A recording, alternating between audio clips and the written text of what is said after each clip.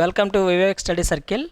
మనం test and analysis బ్యాచ్లో భాగంగా రీజనింగ్ సంబంధించి డేటా సఫిషియన్సీ అనే టాపిక్లో ఉన్నాం. సో ముందుగా దీని గురించి తెలియాలి అంటే డేటా సఫిషియన్సీ అంటే ఏం లేదండి. సో ఫస్ట్ ఒక క్వశ్చన్ ఇస్తాడు, ఆ క్వశ్చన్కి సంబంధించిన 2 కంక్లూజన్స్ కింద ఇస్తాడు. ఫస్ట్ ఏంటి అంటే ఒక క్వశ్చన్ అడుగుతాడు, ఆ క్వశ్చన్కి సంబంధించిన 2 స్టేట్మెంట్లు ఏవైనా 2 కిందన ఇస్తాడనమాట. దాన్ని మనం స్టేట్మెంట్ అంటాం. So statement 1, statement 2.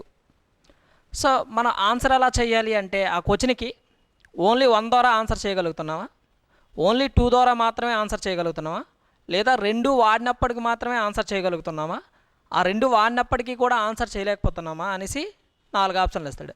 అదే బ్యాంకింగ్ లాంటి ఎగ్జామ్స్లో అయితే 5వ ఆప్షన్ కింద 5 ఆర్ అనే కండిషన్ అప్లై చేస్తాడు. సో ఫస్ట్ ఏంటి ఒకసారి కానీ మనం అబ్జర్వ్ చేస్తే ఆప్షన్స్ ఏ విధంగా ఇస్తాడంటే స్టేట్మెంట్ 1 ఎలోన్ ఈజ్ సఫిషియంట్ అంటాడు. So statement 2 alone is sufficient అంటాడు.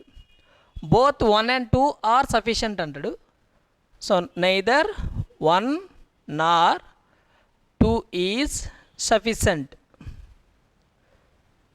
అంటే తెలుగులో అర్థం ఏంటి అంటే ఒకటి మాత్రమే ఆన్సర్ చేయగలుగుతున్నాం, ఒకటి దాని ద్వారా మాత్రమే ఆన్సర్ చేయగలుగుతున్నాం. స్టేట్మెంట్ 2 ద్వారా మాత్రమే ఆన్సర్ చేయగలుగుతున్నాం. బోత్ 1 and 2 ద్వారా మాత్రమే ఆన్సర్ చేయగలుగుతున్నాం. ఆ 2 వాడినప్పటికీ కూడా ఆన్సర్ చేయలేకపోతున్నాం అనుకోండి. సో ఇలా ఇస్తాడు. ఇలా ఇచ్చినప్పుడు ఇందులో మెయిన్ కండిషన్ ఏంటి అంటే మొన్న ఎస్ఐకి అయితే దగ్గరగా 10 క్వశ్చన్లు ఇచ్చాడండి డేటా సఫిషియన్సీ మీద. రీసెంట్గా జరిగిన 2019 ఎస్ఐలో 10 మార్కులు ఇచ్చాడు. కాకపోతే దీని మీద మనం చేయాలి అంటే మనకి సబ్జెక్ట్ మీద కమాండింగ్ ఉండాలి. అందులో అర్థమెటిక్ ఇచ్చాడు, ప్యూర్ మ్యాథ్స్ ఇచ్చాడు, రీజనింగ్ సంబంధించింది కూడా ఇచ్చాడు. సో డేటా సఫిషియన్సీ నీకు రావాలి అంటే మొత్తం మ్యాథ్స్ వచ్చి ఉండాలి. సో అప్పుడు మాత్రమే మనం ఆన్సర్ చేయొచ్చు. ఇందులో కీవర్డ్ ఏంటి అంటే నువ్వు ఆన్సర్ ఎస్ అని చెప్పిన ఆన్సరే, నో అని చెప్పిన ఆన్సరే. అదేంటి సార్ అన్నాను. సో ఇప్పుడు సూర్యుడు తూర్పును ఉదయిస్తాడు అన్నాడు. సన్ రైజెస్ టు ఈస్ట్ అంటాడు.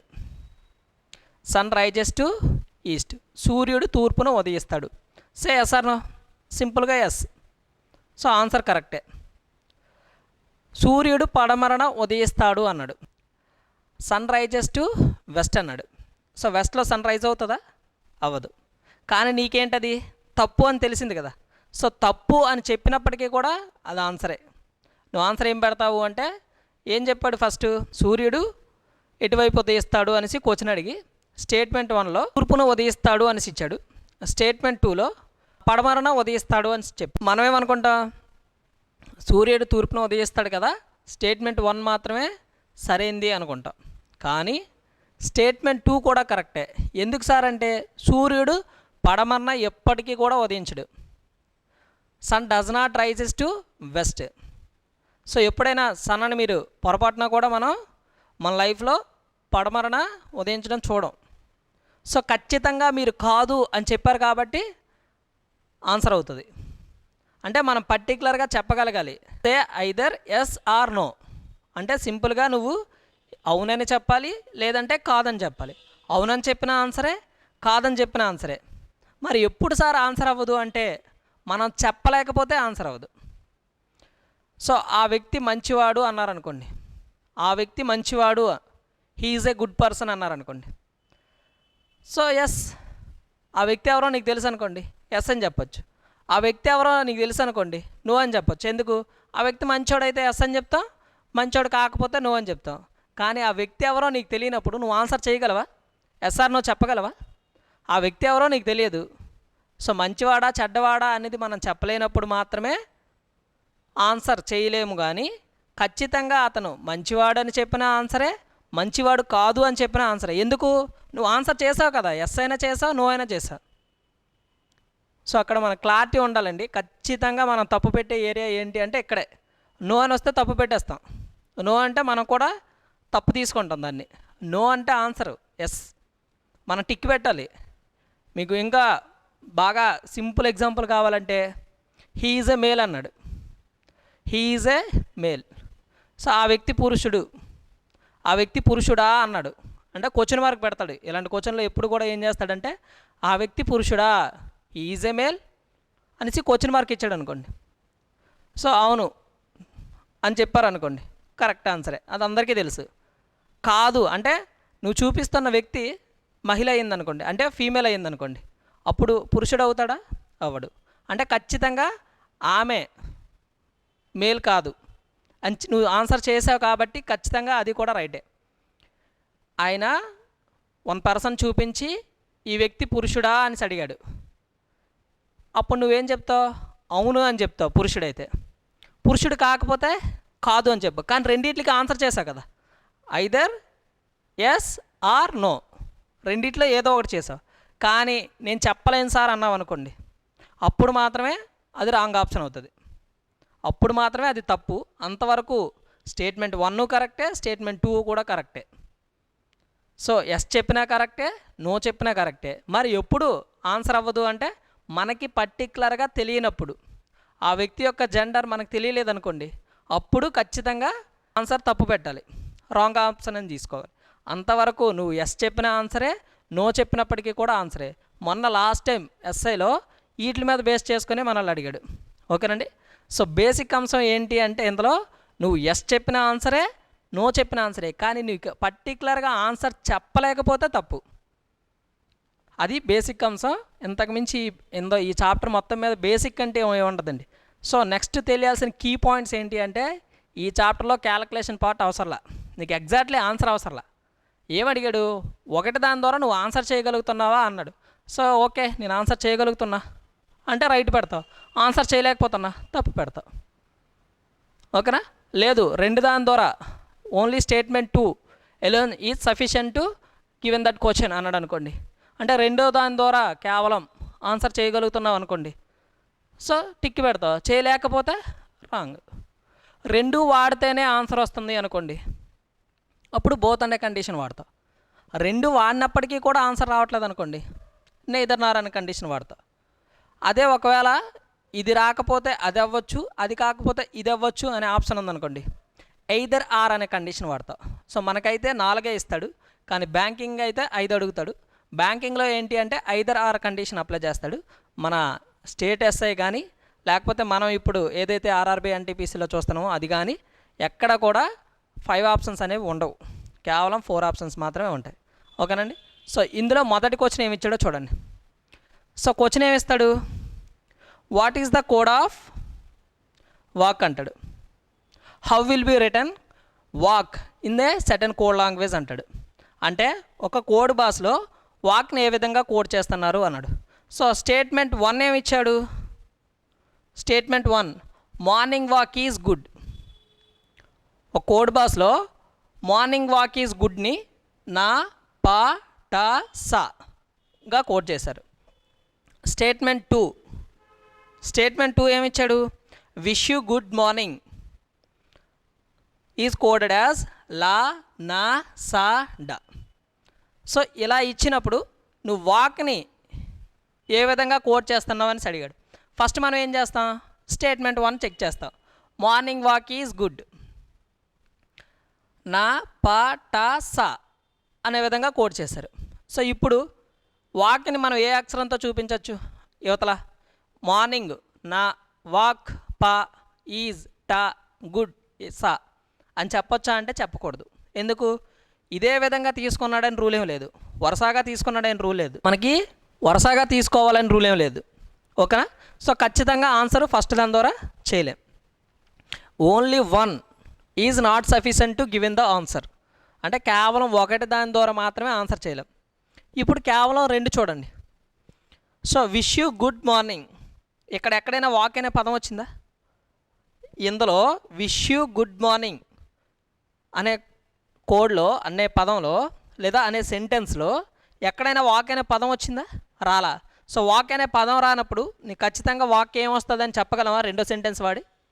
స్టేట్మెంట్ 2 మాత్రమే అబ్జర్వ్ చేసి 1 ఎలాగా రాదని తెలిసిపోయింది. ఎందుకు? 1లో వాక్ ఉన్నప్పటికీ కూడా దేంతో కంపారిజన్ చేయాలో తెలియలేదు. వాక్ని నా కిందైనా, వాక్ని పా కిందైనా, వాక్ని టా కిందైనా, అదే వాక్ని సా కిందైనా సరే కోడ్ చేశాడు. అలా చేశాడు కాబట్టి మనం ఖచ్చితంగా ఆన్సర్ చేయలేం. అదే విష్ యూ గుడ్ మార్నింగ్లో అసలు వాకే లేదు. వాక్ లేనప్పుడు ఎలా సెకండ్ ఆప్షన్ ద్వారా పెట్టగలం? పెట్టలేం. ఇప్పుడు రెండింటిని కలుపుతాం. So 1 is not sufficient to given the answer, only 2 is not sufficient to given the answer. ఇప్పుడు బోత్ 1 and 2 చూడండి. సో ఈ రెండిట్లంటే కామన్గా ఏమైనా కనబడుతుందా? గుడ్ కనబడింది, ఓకే గుడ్ కనబడింది. మార్నింగ్ కనబడింది, మార్నింగ్ కనబడింది. సో ఇంకేమైనా కనబడుతున్నాయా? కనబడలేదు. గుడ్ మార్నింగ్, గుడ్ మార్నింగ్ రెండిట్లంటే కామన్గా ఉంది. సో ఇటువైపు ఏవేవి కామన్గా ఉన్నాయంటే నా, ఎన్యనా, అదేవిధంగా సా సా తీసుకొని గుడ్డుని జిఓడి గుడ్ అనే పదాన్ని సావచ్చు నా అవ్వచ్చు. అదే మార్నింగ్ అనే పదం కూడా నా అవ్వచ్చు సా అవ్వచ్చు. ఏదవుతుంది అనేది పర్టికులర్గా చెప్పగలమా? చెప్పలేం. కానీ మనకు కావాల్సింది గుడ్ కాదు, మార్నింగ్ కాదు. ఈ రెండు కాకుండా మిగిలిపోయినవి ఏంటేంటి? వాక్ ఈజ్, యువతల పిఏటిఏ. ఈ క్రిందకు వచ్చేసరికి అసలు ఈజ్ కానీ వాక్ కానీ లేదు కాబట్టి ఏం మిగిలాయి అనేది తెలియట్లేదు. సో ఇప్పుడు వాక్ అనే పదం పిఏ అయినా అవ్వచ్చు, టీఏ అయినా అవ్వచ్చు. ఈజ్ అనే పదం పిఏ అయినా అవ్వచ్చు, టీఏ అయినా అవ్వచ్చు. అంటే పర్టికులర్గా walk is coded as P అని చెప్పగలమా? Walk is coded as T అని చెప్పగలమా? పర్టికులర్గా చెప్పలేం కాబట్టి both 1 and 2 not follows, not sufficient to given the answer. Both 1 and 2 not given sufficient to answer అన్నాడు. అంటే 1, 2 వాడినప్పటికీ కూడా నువ్వు ఆన్సర్ చేయగలిగావా? లేదు. ఇప్పుడేంటి లాస్ట్ కండిషన్, దేన్ని వాడినప్పటికీ కూడా మనకి రాలేదు కాబట్టి మన ఆన్సర్ ఏంటి అంటే నెయిదర్ నార్. అంటే ఇది వాడుతున్నాం రాలా, ఇది వాడాం రాలా, ఈ రెండింటిని కలిపి వాడాం రాకపోతే ఏంటి అర్థం? నెయిదర్ నార్. అంటే రెండు వాడుతున్నప్పటికీ కూడా దేని ద్వారా సరే వాక్కి మనం కోడ్ అనేది చెప్పలేం కాబట్టి నెయిదర్ 1 nor 2 ఈజ్ సఫిషియంట్ అని రాస్తాం. అంటే 1 వాడినా రాదు, 2 వాడినా రాదు అని చెప్పడానికి నెయిదర్ నార్ అనే కండిషన్ని వాడుతున్నాం. సో ఓకేనండి, ఇది ఫస్ట్ క్వశ్చన్. సెకండ్ క్వశ్చన్ చూడండి. So how is market is coded in a certain language? Market is coded as. So ఒక కోడ్ భాషలో మార్కెట్ని ఏ విధంగా కోడ్ చేశారు అని అడిగాడు. సో కింద నా స్టేట్మెంట్ 1 ఏమి ఇచ్చాడు అంటే in a certain language do not go is coded as కా మా టాక్.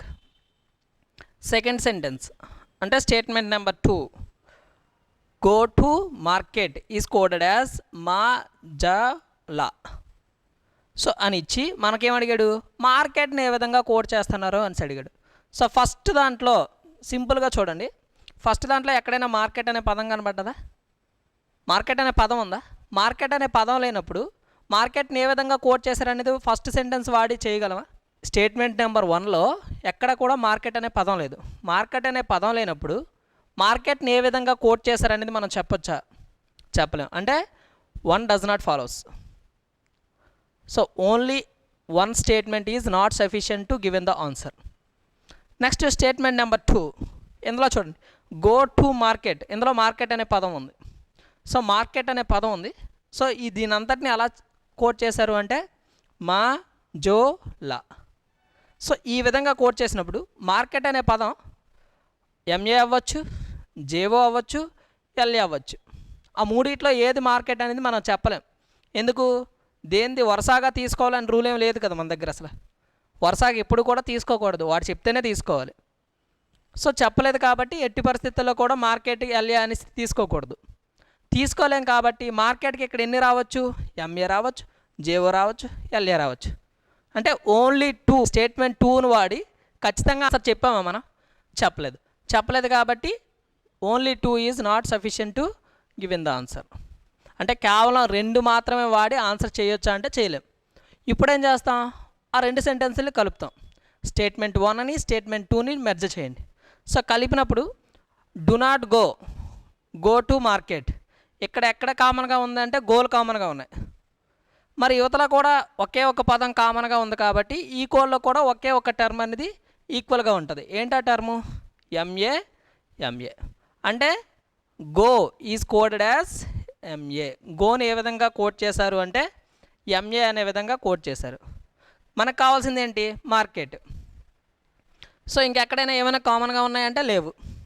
ఇప్పుడు 2కి జేఓ అవ్వచ్చు, ఎల్ఏ అవ్వచ్చు.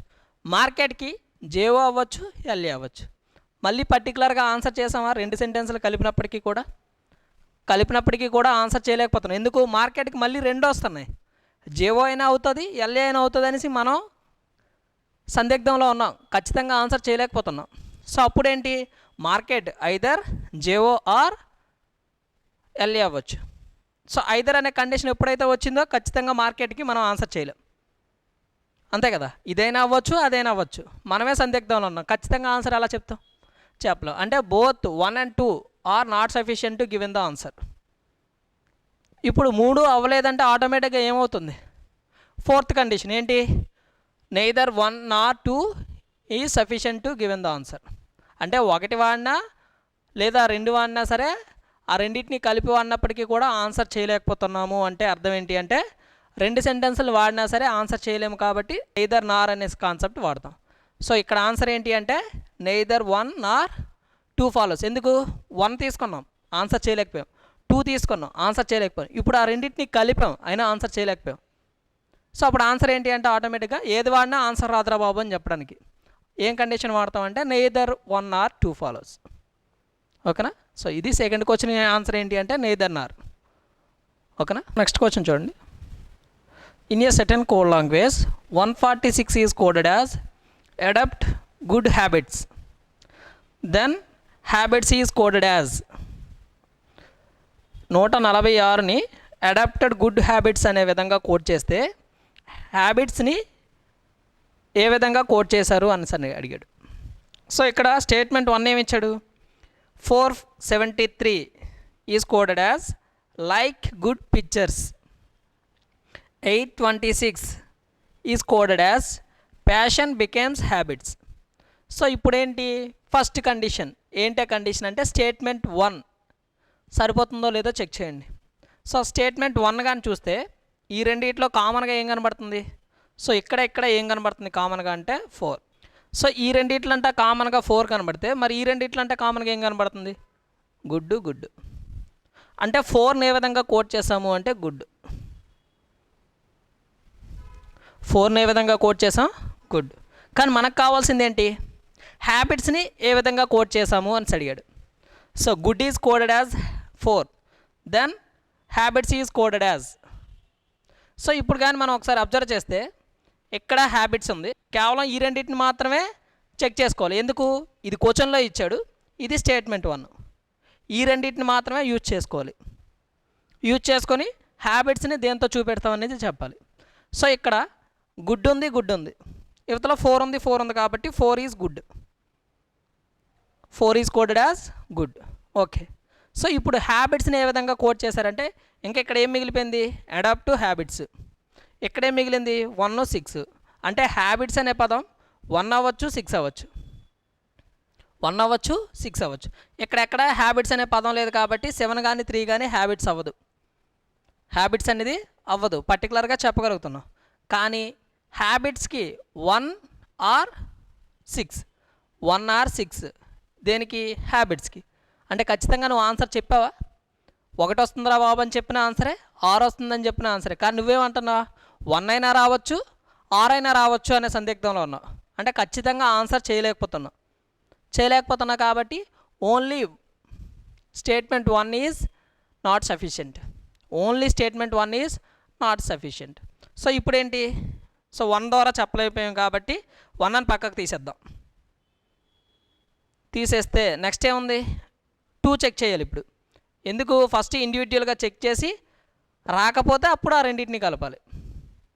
ఫస్ట్ 1 చూస్తాం, చెక్ చేసాం, రాలేదనుకోండి 2 చెక్ చేస్తాం. 1 వచ్చి 2 అయినా సరే రావచ్చు. ఎందుకు? బోత్ ఫాలోస్ ఉన్నాయి కదా. అంటే ఖచ్చితంగా నువ్వు ఈ లెక్కలు చేసేటప్పుడు 1ని చెక్ చేయాలి, 2ని కూడా చెక్ చేసుకోవాలి. స్టేట్మెంట్ నెంబర్ 1ని చెక్ చేసుకోవాలి, స్టేట్మెంట్ నెంబర్ 2ని కూడా చెక్ చేసుకోవాలి. సో ఇప్పుడు స్టేట్మెంట్ నెంబర్ 2 ఏంటి? ఈ రెండిట్లో కామన్గా ఏముంది? 6 ఉంది, ఇక్కడ కూడా 6 ఉంది. సో యువతలకు వస్తే హ్యాబిట్స్ ఉంది, యువతలు ఏంటి? హ్యాబిట్స్ ఉంది. సో హ్యాబిట్స్ని ఏ విధంగా కోడ్ చేసామంటే 6 కదా. సో ఇక్కడ 6 కామను, యువతల హ్యాబిట్స్ కామన్. సో ఈ 2 మాత్రమే చెక్ చేయండి, 1ని మర్చిపోండి. ఇంకా ఎందుకు? నువ్వు ఇప్పుడు చెక్ చేస్తుంది ఏంటి? 2ని. సో ఇప్పుడు 6 హ్యాబిట్స్ తెలిసిపోయింది నీకు. సో హ్యాబిట్స్ని ఏ విధంగా కోడ్ చేశారంటే 6. మరి మనకు కావాల్సింది ఇప్పుడు ఆన్సర్ ఏం పెడతాం? 1 ద్వారా చెప్పగలిగామా? చెప్పలేకపోయాం. ఇప్పుడు 2 ద్వారా చెప్పగలుగుతున్నామా? సో 2 ద్వారా చెప్పాను హ్యాబిట్ 6 అనేసి చెప్పినాం కాబట్టి ఆన్సర్ ఏంటి అంటే ఓన్లీ 2 ఎలోన్ ఈజ్ ఫాలోస్, లేదా only 2 alone is sufficient to given the question. అంటే 2 ద్వారా ఆన్సర్ చేయగలుగుతున్నావు. అదే ఒకవేళ నువ్వు 1 ద్వారా ఆన్సర్ చేసినప్పటికీ కూడా 2ని చెక్ చేసుకోవాలి. ఇప్పుడు మనకేం తెలిసింది? 1 కాదు, 1 ఎట్టి పరిస్థితుల్లో కాదు అయినప్పుడు బోత్ 1 and 2 అవుతుందా? 1 and 2 అవుతుందా? 1 తప్పని తెలిసినప్పుడు 1 and 2 అవుతుందా? అవ్వదు. సో ఆన్సర్ ఏంటి అంటే ఓన్లీ 2 ఈజ్ ద సఫిషియంట్. ఓకేనా? నెక్స్ట్ క్వశ్చన్ చూడండి. On what day of the week Aarti's birthday follows. So Aarti యొక్క పుట్టినరోజు ఏ వారం జరుపుకుంటుంది అన్నారు. సో ఆర్తి యొక్క పుట్టినరోజు ఏ వారం జరుపుకుంటుంది? స్టేట్మెంట్ 1 ఏమి ఇచ్చారు? స్టేట్మెంట్ 1 ఏమంటున్నాడు అంటే Soni is remember that Aarti's birthday comes after Wednesday but before Sunday. Aarti birthday comes after Wednesday but before Sunday. Statement 2 ఏమి ఇచ్చాడు? Raj is remember that comes before Friday but after Tuesday. Aarti's birthday comes before Friday but after Tuesday. So ఏమిచ్చాడు అంటే తెలుగులో సోనీకి గుర్తుంది ఏంటి? బుధవారం తర్వాత ఆదివారానికి ముందు ఆర్తి పుట్టినరోజు జరుపుకుంటుంది అనేసి. స్టేట్మెంట్ 1 ఏం చెప్పాడు? బుధవారం తరువాత ఆదివారానికి ముందు ఆర్తి యొక్క పుట్టినరోజు జరుపుకుంటుందని ఎవరు చెప్పారు? సోను చెప్పాడు. రాజు ఏమన్నాడు? సో రాజు ఏమన్నాడంటే శుక్రవారానికి ముందు మంగళవారానికి తరువాత జరుపుకుంటుంది అన్నాడు. సో ఇప్పుడు ఈ 2 సెంటెన్స్ని వాడి ఆర్తి తన పుట్టినరోజును ఏ రోజు జరుపుకుంటుంది అనేది మనకు క్వశ్చన్. సో ఫస్ట్ సెంటెన్స్ చూడండి. Comes after Wednesday but before Sunday అంటే బుధవారానికి తరువాత ఆదివారానికి ముందు అనేసి ఎవరు చెప్పారు? సోను చెప్పాడు. అంటే బుధవారం తర్వాత ఏమేమి వస్తుంది? ట్యూస్డే. బుధవారం తర్వాత ఏమొస్తుంది? ట్యూస్డే వస్తుంది, అంటే గురువారం. తర్వాత శుక్రవారం, తర్వాత Saturday. So Tuesday, Friday, Saturday. ఎందుకు? ఆదివారానికి ముందు ఉండాలి, బుధవారానికి తర్వాత ఉండాలి. సో బుధవారం తర్వాత ఉండి ఆదివారం ముందుండే రోజులు ఏంటి అంటే గురువారం, శుక్రవారం, శనివారం. ఆ 3 రోజుల్లో ఏదో ఒక రోజు జరుపుకుంటుంది. ఎవరు? ఆర్తి పుట్టినరోజు అని చెప్పారు. ఎవరు చెప్పారు? స్టేట్మెంట్ 1లో ఉన్న సోను చెప్పాడు. అంటే ఖచ్చితంగా శుక్రవారం జరుపుకుంటుంది, లేదా ఖచ్చితంగా శనివారం జరుపుకుంటుంది, లేదా ఖచ్చితంగా గురువారం జరుపుకుంటుందని చెప్పాడా? చెప్పలే. అంటే 1 సరిపోతుందా? సరిపోట్లా. Only 1 is not sufficient to given the answer. ఇప్పుడు 2 చెక్ చేయండి. సో రాజు ఏమన్నాడు? Comes before Friday after Tuesday అంటే మంగళవారానికి తర్వాత శుక్రవారానికి ముందు. సో మంగళవారం తర్వాత ఏమో వస్తుంది? వెడ్నెస్డే. సో మంగళవారం తర్వాత ఏమొస్తుంది అంటే వెడ్నెస్డే, ట్యూస్డే. అంటే మంగళవారం తర్వాత బుధవారం, గురువారం. ఈ 2 రోజులు రావడానికి ఛాన్స్ ఉంది అని చెప్పాడు. ఎక్కడైనా సరే ఆన్సర్ చెప్పొచ్చా? ఆర్తి పుట్టినరోజు ఐదర్ వెడ్నెస్డే ఆర్ ట్యూస్డే. అంటే బుధవారం అయినా రావచ్చు, గురువారం అయినా రావచ్చు. దీని ద్వారా ఓన్లీ 2 ద్వారా ఆన్సర్ చెప్పగలిగావా? చెప్పలేకపోయావు. ఓన్లీ 1 ద్వారా అయితే గురువారం కానీ, శుక్రవారం కానీ, శనివారం కానీ.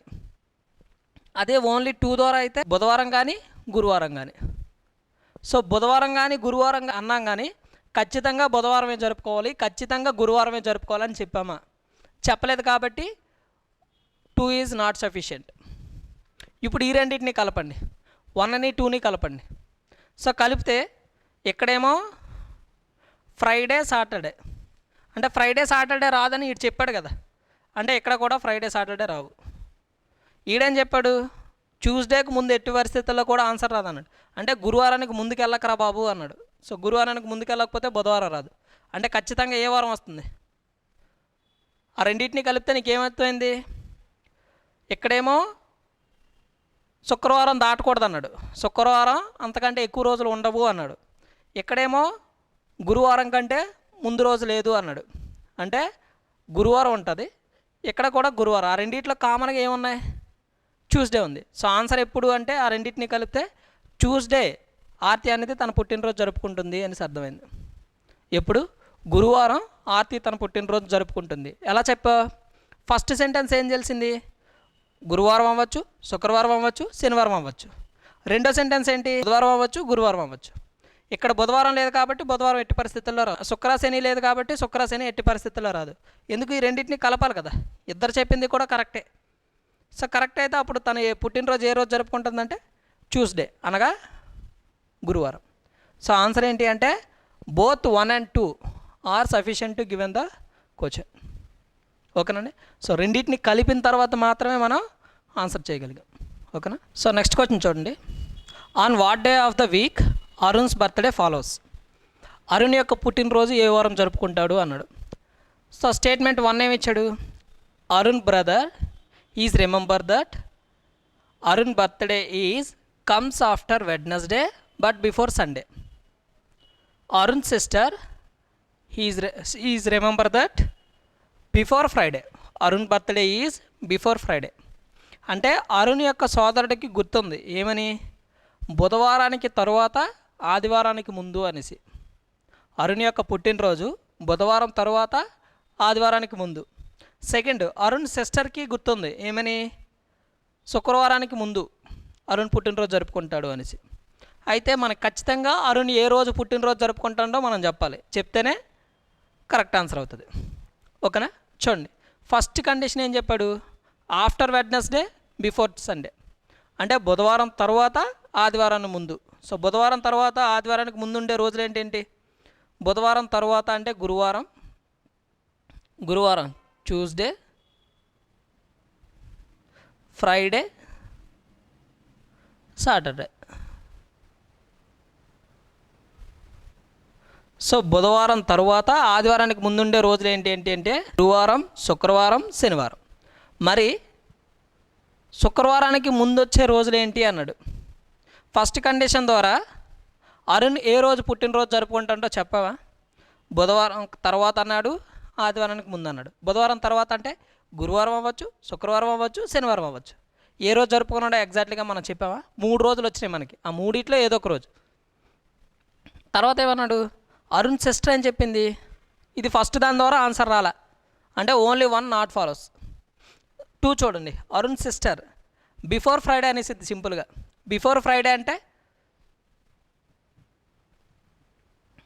Monday, Tuesday, Wednesday, Thursday. So Arun sister only 1 is not sufficient. 2 కానీ చూస్తే బిఫోర్ ఫ్రైడే అన్నారు అంటే సోమవారం అవ్వచ్చు, మంగళవారం అవ్వచ్చు, బుధవారం అవ్వచ్చు, గురువారం అవ్వచ్చు. ఏం అవ్వకూడదు? శుక్రవారం, శనివారం, ఆదివారం అవ్వకూడదు. సో శుక్రవారానికి ముందు అంటే సోమ, మంగళ, బుధ, గురు. ఈ 4 రోజుల్లో ఏదో ఒక రోజు అవ్వాలి. సో ఇక్కడ Monday, Tuesday, Wednesday, Thursday. Monday, Tuesday, Wednesday, Thursday. ఈ 4 రోజుల్లో ఏదో ఒక రోజు వస్తుంది అనేసి ఎవరు చెప్పారు? Arun sister. So Arun sister చెప్పినంత మాత్రాన ఈ 4 రోజుల్లో ఏ రోజు మనకు ఆన్సర్ అవుతుంది అనేది చెప్పగలుగుతున్నామా?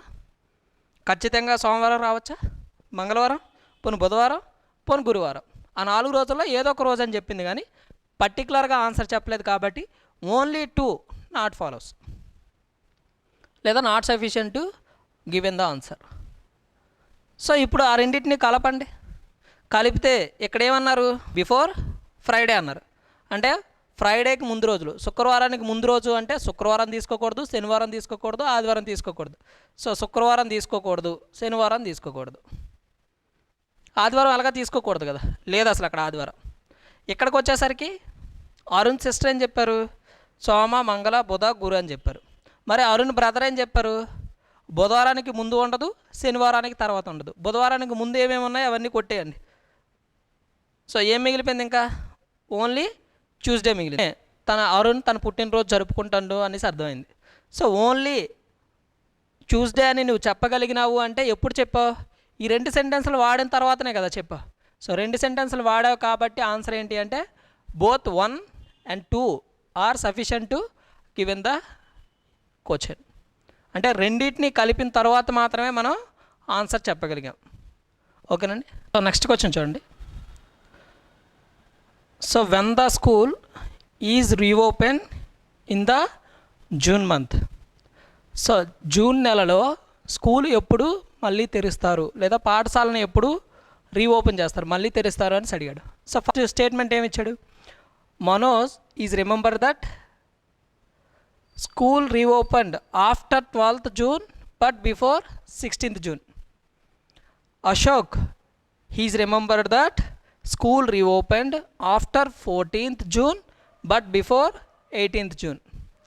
సో మనోజ్కి కరెక్ట్గా గుర్తుంది ఏంటని, స్కూల్ అనేది జూన్ 12వ తేదీ తర్వాత 16వ తేదీకి ముందు. అలానే అశోక్కి బాగా గుర్తుందంట, స్కూలు మళ్ళీ ఓపెన్ ఎప్పుడు చేస్తారు అంటే 14వ తేదీ తర్వాత 18వ తేదీ ముందు, జూన్ నెల, అదే నెలలో. ఓకేనా. సో ఫస్ట్ మనోజ్ ద్వారా కానీ మనం చెక్ చేస్తామనుకోండి, స్టేట్మెంట్ 1 మాత్రమే చెక్ చేస్తాం అనుకోండి. School reopened after 12th June but before 16th. 12వ తేదీ తర్వాత 16వ తేదీ ముందు అన్నాడు. 12వ తేదీ తర్వాత 16వ తేదీ ముందు అంటే ఏ రోజులు వస్తాయి? 13 రావచ్చు, 14 రావచ్చు, 15 రావచ్చు. ఎందుకు 12వ తేదీ తర్వాత 16వ తేదీ ముందు అంటే ఆ మధ్యలో ఉన్న తేదీల్లో ఏదో ఒక రోజు స్కూల్ ఓపెన్ చేస్తారు అనేసి ఎవరు చెప్పారు? మనోజ్ చెప్పాడు. సో మనోజ్ చెప్పిన దాని ద్వారా 13 అయినా తీయచ్చు, 14 అయినా రీఓపెన్ చేయొచ్చు, 15 అయినా రీఓపెన్ చేయొచ్చు. ఖచ్చితంగా ఆన్సర్ చెప్పామా? 14వ తేదీనే తీస్తారు, 13వ తేదీనే తీస్తారు, 15వ తేదీ తీస్తారు అనేసి చెప్పలేకపోయాం. కాబట్టి ఓన్లీ 1 నాట్ సఫిషియంట్. సో ఇప్పుడు అశోక్ ఏం చెప్తున్నాడు? స్కూల్ రీఓపెన్ చేస్తారు ఎప్పుడు? 14వ తేదీ తర్వాత 18వ తేదీ ముందు అనేసి. సో స్టేట్మెంట్ నెంబర్ 2, 14 తర్వాత 18 ముందు అంటే 15, 16, 17. సో ఓన్లీ అశోక్ను మాత్రమే చూసుకుంటే 15 అవ్వచ్చు, 16 అవ్వచ్చు, 17 అవ్వచ్చు అన్నాడు. అశోక్ మాత్రమే చెప్తే ఏం చెప్పాడు? 15వ తేదీని రీఓపెన్ చేయొచ్చు, 16వ తేదీని రీఓపెన్ చేయొచ్చు, 17వ తేదీ. ఎక్కడైనా సరే పర్టికులర్గా మనం ఆన్సర్ చేయగలిగామా? లేదు. అప్పుడు ఏం చేస్తాము అంటే ఎక్కడ ఏదైతే కామన్గా ఉందో, కామన్గా ఉంటే ఆ రెండింటిని యాడ్ చేయాలి, లేకపోతే చెప్పలేము అనేసి ఆన్సర్. ఎక్కడ కామన్గా లేదనుకోండి, ఒక్క అంకె కూడా ఆన్సర్ చేయలేం. లేదా ఒకటి కంటే ఎక్కువ కామన్గా ఉన్నాయనుకోండి, అయినా ఆన్సర్ చేయలేం. సో ఇక్కడ ఈ సెంటెన్స్ ప్రకారం 13 అవ్వచ్చు, 14 అవ్వచ్చు, 15 అవ్వచ్చు. 16, 17 అవుతుందా? అవ్వదు. అంటే కొట్టేయండి. అదే వీడి సెంటెన్స్ ద్వారా ఏంటి? 15 అవ్వచ్చు, 16 అవ్వచ్చు, 17 అవ్వచ్చు. 15కి ముందు అవుతుందా? అవ్వదు. అంటే కేవలం 15వ తేదీ వాళ్ళిద్దరిని కలుపుకుంటే మనకి ఏమర్థం అవుతుంది? 15వ తేదీన రీఓపెన్ అవుతుంది అనేసి అర్థమైంది. ఎందుకు? ఈడేం చెప్పాడు? 16వ తేదీ దాటకూడదు, 12వ తేదీ లోపు ఉండకూడదు అన్నాడు. 12 తర్వాత 16కు ముందు అన్నాడు. 16కు ముందు 12 తర్వాత వచ్చేవేంటి? 13, 14, 15. వీడేమన్నాడు? 15 తర్వాత 18వ తేదీ ముందు అన్నాడు. అంటే 15, 16, 17. ఈడు చెప్పిన దాని ప్రకారం 16, 17 అనేది అవ్వదు.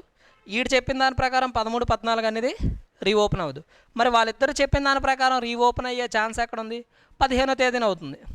చెప్పామా లేదా? 15వ తేదీన. ఎందుకు? వీడికి తెలుసు 15 తర్వాతే వస్తుంది. అంటే 13 కానీ 14 కానీ ఎట్టి పరిస్థితుల్లో రాదు. వీడికి ఏం తెలుసు? 15, 16, 17 మాత్రమే అవుతుందని తెలుసు. అంటే వీడి ప్రకారం 16, 17 అవ్వదు, వీడి ప్రకారం 13, 14 అవ్వదు. అంటే ఒకే ఒక ఆప్షన్ ఏం మిగిలింది అంటే ఓన్లీ 15 చెప్పాం. కాబట్టి both 1 and 2 are sufficient to given the question. ఓకేనా. నెక్స్ట్ క్వశ్చన్ చూడండి. How is M related to F? F is the sister of N. Who is the mother of R? M has 2 brothers, R is one of them. ఎఫ్కి M ఏమవుతాడు అని అడిగాడు క్వశ్చన్లో. ఎఫ్కి M ఏమవుతాడు? F is the sister of N. Who is the mother of R? N యొక్క సోదరి F మరియు ఆర్ యొక్క మదర్ ఎన్. ఎమ్కి 2 సోదరులు కలరు, అందులో ఆర్ ఒకరు. సో స్టేట్మెంట్ 1 ఏమి ఇచ్చాడు? F is the sister of N. Who is the mother of R? N యొక్క సోదరి ఎఫ్ మరియు ఆర్ యొక్క తల్లి ఎన్. ఎం హ్యాస్ 2 brothers. ఎమ్కి 2 సోదరులు కలరు, అందులో R is the one of them. R అనే వ్యక్తి ఒకరు అన్నారు. సో ఫస్ట్ స్టేట్మెంట్ చూడండి. సో మనకేంటి? ఎంకి ఎఫ్కి రిలేషన్ కావాలి. ఎంకి ఎఫ్కి రిలేషన్ ఏంటి అన్నాడు. సో అంటే ఎఫ్కి ఎం ఏమవుతాడు అని అడిగాడు. How is M related to F అంటే ఎఫ్కి ఎమ్ ఏమవుతాడు అని అడిగాడు. స్టేట్మెంట్ 1 ఏమి ఇచ్చాడు? F is the sister of N, who is the mother of R. Statement 1 ఏమి ఇచ్చాడు అంటే F is the sister of N, F అనే ఆమె ఎన్కు సోదరి అన్నాడు. సో ఇక్కడ ఎన్ తీసుకున్నా, ఎన్ యొక్క సోదరి ఎవరు అంటే ఎఫ్. నెక్స్ట్ ఏమన్నాడు? Who is the mother of R, ఈమె ఆర్కి తల్లి అవుతుంది అని అడిగాడు. ఆర్కి తల్లి అయింది. సో ఇక్కడ ఎక్కడైనా సరే ఎమ్ వచ్చారా, ఎమ్ ఎఫ్ ఇద్దరు ఉంటేనే వాళ్ళిద్దరి మధ్య రిలేషన్ చెప్పచ్చు. ఇక్కడికి ఎఫ్ మాత్రమే ఉంది కానీ ఎమ్ లేడు. ఎమ్ లేకపోతే ఓన్లీ 1 ద్వారా ఆన్సర్ చేయొచ్చా? చేయలేం. ఇప్పుడు second statement, M has 2 brothers, R is one of them. ఎమ్కి 2 సోదరులు కలరు, అందులో ఆర్ ఒకరు. ఎమ్కి 2 సోదరులు కలరు, అందులో ఆర్ ఒకరు అన్నారు. సో ఆర్ అనే వ్యక్తి ఎమ్ యొక్క సోదరుడు అని అర్థమైంది. ఓకేనా? సో ఇప్పుడు ఈ సెంటెన్స్లో ఎఫ్ ఉన్నదా? ఎమ్ ఎఫ్ ఉంటేనే వాళ్ళిద్దరి మధ్య రిలేషన్ చెప్పగలం. ఎఫ్ లేడు, ఫస్ట్ సెంటెన్స్లోనేమో ఎమ్ లేడు. అంటే ఓన్లీ ఇందులో ఎఫ్ లేడు కాబట్టి only 2 is not sufficient to given the answer. ఇందులో ఎమ్ లేడు కాబట్టి only 1 is not sufficient to given the answer. ఇప్పుడేంటి, రెండింటిని యాడ్ చేయండి. సో యాడ్ చేస్తే ఈ 2 డయాగ్రామ్ని కలపండి. సో కలిపితే ఏమర్థమైంది? సో ఎన్కి సోదరి అయిన ఎఫ్ ఆర్కి తల్లి అవుతుంది అన్నాడు. అలానే ఆరు ఎమ్ యొక్క సోదరుడు అన్నాడు. ఈ 2 సెంటెన్స్లని డ్రా చేస్తే ఇదే కదా వచ్చింది, ఈ డయాగ్రామే కదా. ఈ రెండింటిని కలపండి. ఆర్కి ఎమ్ సోదరుడు, సింపుల్గా ఇక్కడ ఎమ్మని తీసుకెళ్ళి ఇక్కడ తగిలించండి. సో తగిలించిన తర్వాత ఒక సెంటెన్స్ అనేది, ఒక డయాగ్రామ్ అనేది ఫామ్ అయింది. ఇప్పుడు ఎఫ్కి ఎమ్ ఏమవుతాడు అని అడిగాడు. How is M related to F, ఎఫ్కి ఎమ్ ఏమవుతాడు అని అడిగాడు. చూడండి, ఇప్పుడు ఎఫ్ సోదరి యొక్క కొడుక లేదా ఎఫ్ సోదరి యొక్క కుమార్తెన? ఎందుకు? ఎమ్ యొక్క జెండర్ తెలుసా మనకి, ఐదర్ మేల్ ఆర్ ఫీమేల్. మీకు ఇంతకుముందే చెప్పా, తను మేల్ అయినా ఆన్సర్ చెప్పచ్చు, ఫీమేల్ అయినా ఆన్సర్ చెప్పచ్చు. కానీ మేలో ఫీమేల్లో చెప్పలేనప్పుడు ఆన్సర్ అలా చెప్తాం. అంటే ఖచ్చితంగా రెండింటిని కలిపినప్పటికీ కూడా మనం ఆన్సర్ చేయగలిగామా? చేయలేకపోయాం కదా. ఎందుకు? ఎమ్ అనేది జెండర్ తెలియదు మనకి. ఎమ్ ఒకవేళ మేల్ అయ్యాడు అనుకోండి, సో మేల్ అయితే చెల్లి యొక్క కుమారుడు. ఫీమేల్ అయ్యాడు అనుకోండి, చెల్లి యొక్క కూతురు.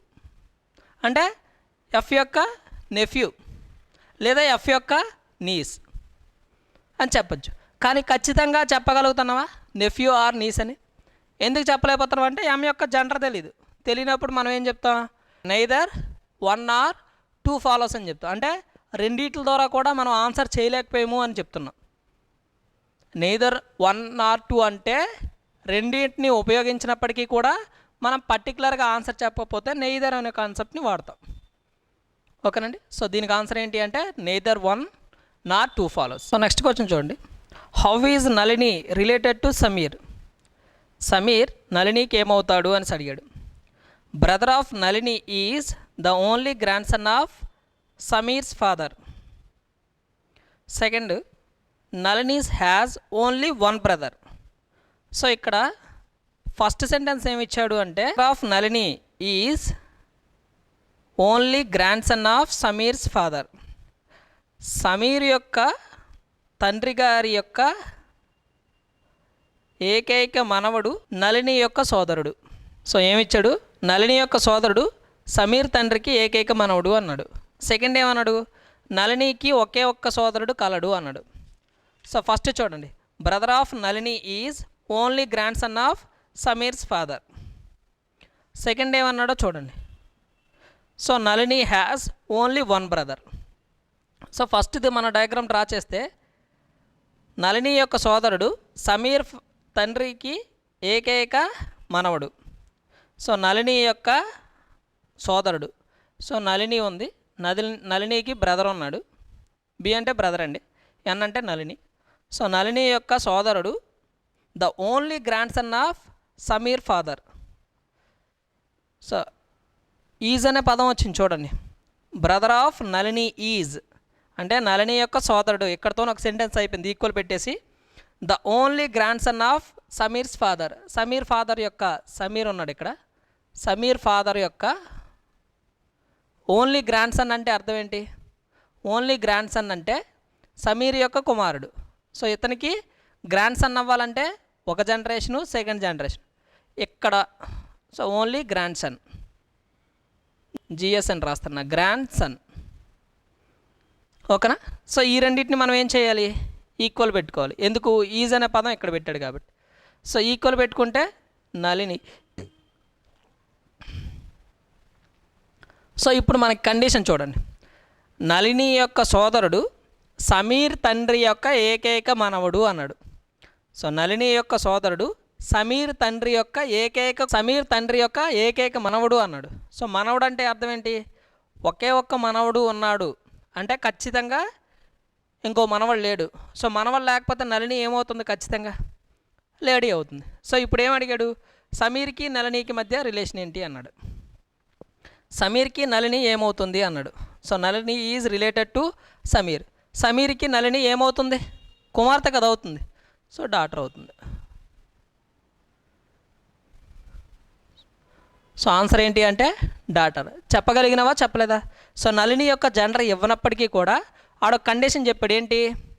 సమీర్ తండ్రికి ఏకైక మనవడు, సమీర్ తండ్రికి ఏకైక మనవడు నళినికి సోదరుడు అన్నాడు. సో నళినికి సోదరుడు ఎవరు? సమీర్ తండ్రికి ఏకైక మనవడు. అంటే నళినికి ఒకే ఒక్క బ్రదర్ ఉన్నాడు, సమీర్ తండ్రికి ఒకే ఒక్క మనవడు. మనవడు ఒక్కడే ఉంటే ఖచ్చితంగా అప్పుడు నళిని ఏమవుతుంది? ఎందుకంటే వీళ్ళిద్దరూ సోదర రిలేషన్ కలిగి ఉన్నారు. అంటే బ్రదర్ అనేది చెప్పాడు కదా, అంటే ఖచ్చితంగా నళిని ఉమెన్ అవుతుంది, ఫీమేల్ అవుతుంది. సో ఫీమేల్ అయింది కాబట్టి సమీర్కి నళిని ఏమవుతుంది అంటే డాటర్ అవుతాడు. అదే నళినికి సమీర్ ఏమవుతారు అంటే చెప్పలేం. ఎందుకు? సమీర్ యొక్క జెండర్ మనకు తెలియదు. ఓకేనా? సో ఓన్లీ వన్ ద్వారా సమీర్కి నళిని ఏమవుతుంది అంటే డాటర్ అవుతుంది. Nalini is related to Sameer అన్నాడు. రిలేటెడ్ టు సమీర్ అంటే సమీర్కి నళిని ఏమవుతుంది. సో సెకండ్ కండిషన్ ఏమన్నాడు? Nalini has only one brother. First దాని ద్వారా చెప్పగలిగినవా లేదా? చెప్పేశాం. సో నళినికి ఒకే ఒక బ్రదర్ ఉన్నాడు అన్నారు. సో నళినికి ఒకే ఒక బ్రదర్ ఉన్నాడు. ఒకే ఒక బ్రదర్ ఉన్నాడు. సో వాడికి సమీర్కి సంబంధం ఏంటి? సో నళినికి సమీర్కి సంబంధం చెప్పాలి అంటే ఈ రిలేషన్లో సమీర్ అనే పదం ఉపయోగించామా? లేదు. సో మనం ఏదైతే ఒక సెంటెన్స్ని చూస్తున్నామో ఆ సెంటెన్స్లో వాళ్ళిద్దరూ ఉన్నప్పుడు మాత్రమే ఒకవేళ రిలేషన్ ఏర్పడచ్చు, కానీ వాళ్ళిద్దరూ లేకపోతే రిలేషన్ ఏర్పడదు. ఇక్కడ ఎవరు లేరు? సమీర్ లేడు. అంటే ఖచ్చితంగా 2 ద్వారా ఆన్సర్ చేయలేం. అప్పుడు 1 ద్వారా ఆన్సర్ చేసాం కాబట్టి ఆన్సర్ ఏంటి అంటే 1 ఎలోన్ ఈజ్ సఫిషియంట్. అంటే 1 మాత్రమే ఖచ్చితమైన సమాధానం ఇస్తుంది అని అన్నాడు. ఓకేనా? నెక్స్ట్ క్వశ్చన్ చూడండి. How is D related to M? ఎంకి డి ఏమవుతాడు? D has 2 brothers and 1 sister. డికి 2 సోదరులు, 1 సోదరి కలదు. Brother of M is married to D's sister. M యొక్క సోదరుడు డి యొక్క సోదరిని వివాహం చేసుకున్నాడు అన్నాడు. సో అయినా మనకి రిలేషన్ ఏం ఏర్పడాలి? ఎంకి డి ఏమవుతాడు అని అడిగాడు. So how is D related to M? ఎంకి డి ఏమవుతాడు? సో ఒకసారి కానీ మనం అబ్జర్వ్ చేస్తే ఫస్ట్ కండిషన్ ఏమన్నాడు? డికి 2 సోదరులు, 1 సోదరి కలదు.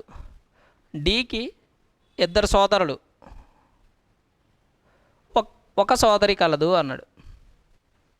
మనకి ఎవరెవరి మధ్య రిలేషన్ ఏర్పడాలి అంటే how is D related to M? ఎంకి డి ఏమవుతాడు అని అడిగాడు. ఎంకి డికి మధ్య రిలేషన్ ఏర్పడాలి. ఇక్కడ ఎక్కడైనా డిఎం 2 పదాలు వచ్చాయా లేదా చెక్ చేసుకోండి. ఎక్కడ కూడా డిఎం రావలేదు కాబట్టి only 1 not sufficient to give in the question. So second statement ఏమన్నాడు? Brother of M is married to D sister. Brother of M అంటే ఎం యొక్క సోదరుడు డి యొక్క సోదరిని వివాహం చేసుకున్నాడు అన్నాడు. ఓకే. సో ఎం యొక్క సోదరుడు డి యొక్క సోదరిని వివాహం చేసుకున్నాడు. ఇక్కడ ఎంకి కానీ డికి కానీ జెండర్ తెలిసిందా? ఎం యొక్క జెండర్ కానీ డి యొక్క జెండర్ కానీ తెలియలేదు. సో ఇది కూడా కాదు. పోనీ ఈ రెండింటిని కలపండి. కలిపితే అయినప్పటికీ ఎక్కడైనా జెండర్ తెలుస్తుందా? ఎంకి కానీ డికి కానీ? ఎక్కడా తెలియట్లే. ఎక్కడైనా సరే పోనీ ఇక్కడ డి యొక్క సోదరు ఉంది, సో డి యొక్క సోదరి, ఓకే. అప్పుడు ఎమ్ ఎక్కడ కలుస్తుంది? సో డీకి కానీ ఎమ్మకి కానీ ఎక్కడ జెండర్ అనేది తెలియట్లేదు. తెలియనప్పుడు బోత్ నాట్ ఫాలోస్. సో అయితే ఆన్సర్ ఏంటి?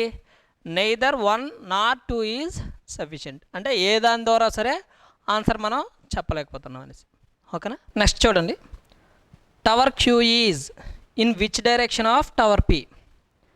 So first statement, P is to the west of H which is to the south of Q. F is to the west of Q and to the north of P. So ఏమన్నాడు? Tower P, tower పికి tower Q ఏ దిశలో ఉంది? హెచ్కి పడమర వైపు P కలదు, క్యూకి దక్షిణంలో H కలదు. క్యూకి పడమర వైపు ఎఫ్ కలదు, అదేవిధంగా పికి ఉత్తరాన కలదు అన్నాడు. సో ఒకసారి మనం డయాగ్రామ్ డ్రా చేద్దాం. ఫస్ట్ స్టేట్మెంట్ ఏమన్నాడు? మనకు కావాల్సింది ఏంటి? Tower Q is in which direction of tower P? P దృష్ట్యా క్యూ ఏ దిశలో కలదు, పికి క్యూ ఏ దిశలో కలదు అన్నాడు. ఫస్ట్ ఏమన్నాడు? P is the west of H. Statement 1లో P is the west of H. హెచ్కి పడమర వైపున పి కలదు, హెచ్కి పడమర వైపున పి కలదు. Which is in the south of Q? H క్యూకి సౌత్లో కలదు అన్నాడు. హెచ్ అనేది క్యూకి సౌత్లో కలదు. సరిపోయింది కదా, క్యూకి సౌత్లో హెచ్ కలదు. ఇప్పుడు ఖచ్చితంగా ఆన్సర్ చేయొచ్చా చేయకూడదా?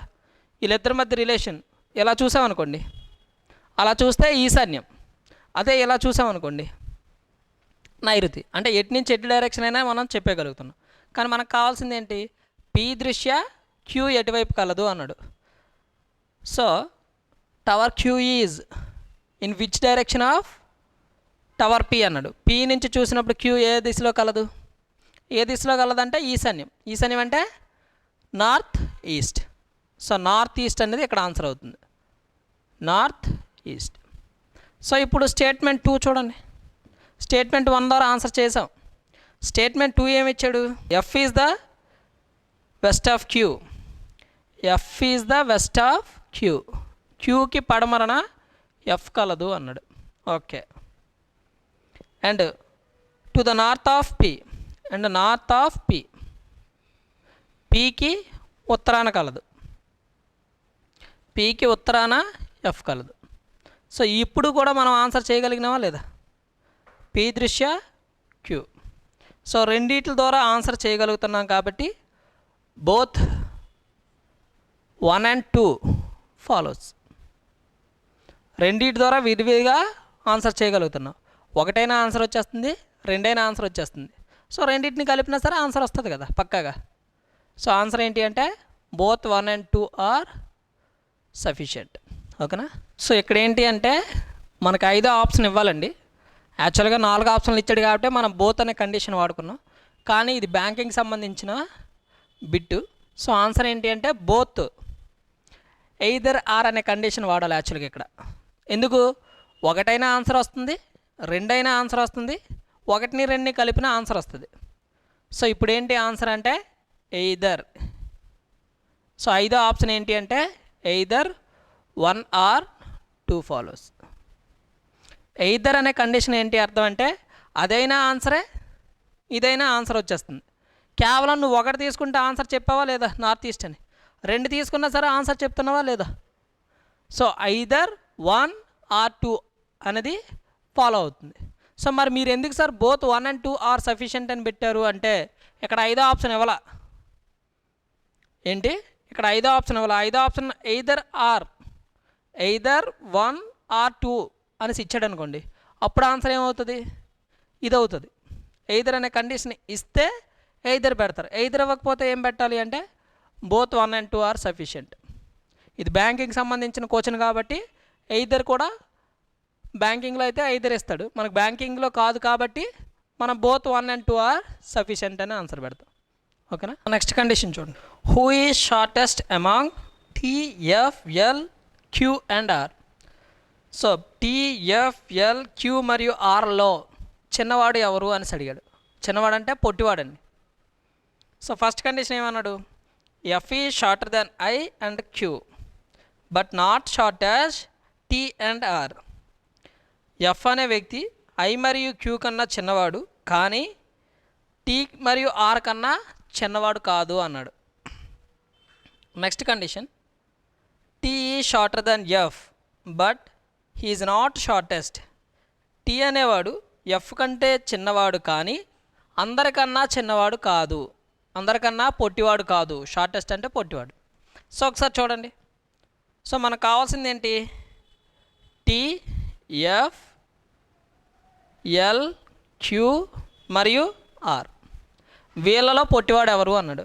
స్టేట్మెంట్ 1 ఏం చెప్పాడు, స్టేట్మెంట్ 1 ఏం చెప్పాడు అంటే F is shorter than I and Q. I మరియు క్యూ కన్నా ఎఫ్ అనే వ్యక్తి షార్టెస్ట్.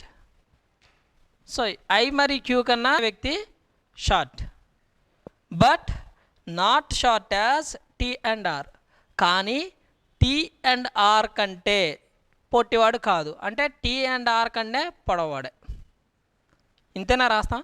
టీ మరియు ఆర్ కంటే ఎఫ్ పొడవు, ఎఫ్ కంటే ఐ మరియు క్యూ పొడవు. అయితే అందరిలో కల్లా పొట్టివాడు ఎవరు, టీ అయినా అవ్వచ్చు, ఆర్ అయినా అవ్వచ్చు. ఎందుకు, వీళ్ళిద్దరికంటే ఎఫ్ పెద్దోడు. ఎఫ్ కంటే పెద్దోడు ఇన్ ద సెన్స్ పొడవైనవాడు. ఎఫ్ కంటే పొడవ ఎవరు, ఐ అవ్వచ్చు, క్యూ అవ్వచ్చు. వీళ్ళిద్దరిలో ఖచ్చితంగా పొట్టివాడు ఎవరని చెప్పొచ్చా, చెప్పలేం. సెకండ్ కండిషన్ చూడండి, అంటే ఓన్లీ 1 ద్వారా ఆన్సర్ చేయలేం. సెకండ్ కండిషన్ ఏమన్నాడు, టీ షార్టెస్ట్ దాన్ ఎఫ్.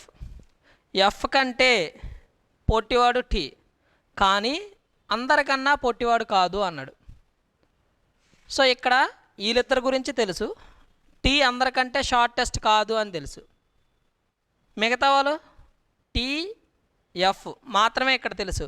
మిగతా ముగ్గురు గురించి తెలియదు కాబట్టి ఓన్లీ 2 అనేది ఆన్సర్ పెట్టలేం. ఎందుకు, మిగతా ముగ్గురులో ఎవడ పొట్టో ఎవడ పొడవో మనకు తెలీదు.